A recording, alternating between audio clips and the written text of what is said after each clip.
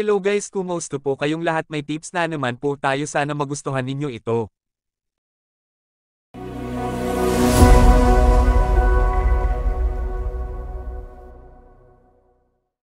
Ang mga ipinagbabawal na gawaing mahahalay. Inutusan ng Panginoon si Moises na sabihin ito sa mga taga-Israel.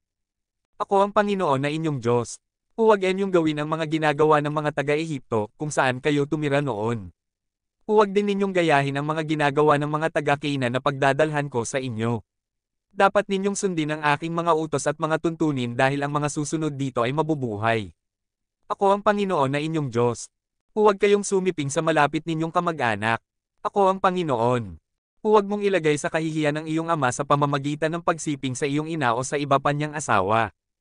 Huwag kang sumiping sa iyong kapatid na babae, kahit na kapatid mo siya sa ama o sa ina, kahit na lumaki siya sa inyo o hindi. Huwag kang sumiping sa iyong apong babae dahil magbibigay ito sa iyo ng kahihiyan. Huwag kang sumiping sa anak na babae ng iyong ama sa iba niyang asawa dahil kapatid mo rin siya.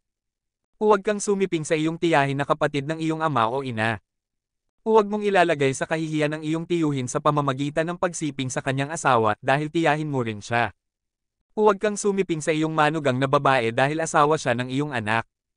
Huwag kang sumiping sa iyong hipag na babae dahil ito ay magbibigay ng kahihiyan sa iyong kapatid. Huwag kang sumiping sa anak o apo ng babaeng sinipungan mo noon dahil baka anak o apo mo iyon at ito ay nakakahiya. Huwag kang mag-asawa ng kapatid na babae ng iyong asawa habang buhay pa ang iyong asawa. Huwag kang sumiping sa babaeng may buwan ng dalaw dahil itinuturing siyang marumi. Huwag kang sumiping sa asawa ng iba dahil kapag ginawa mo ito, ituturing kang marumi. Huwag mong ibibigay ang iyong anak para ihandog sa Diyos na si Molech dahil iyan ay paglapastangan sa aking pangalan na iyong Diyos. Ako ang Panginoon. Huwag kang sumiping sa kapwa mo lalaki o kapwa mo babae dahil kasuklam-suklam ito.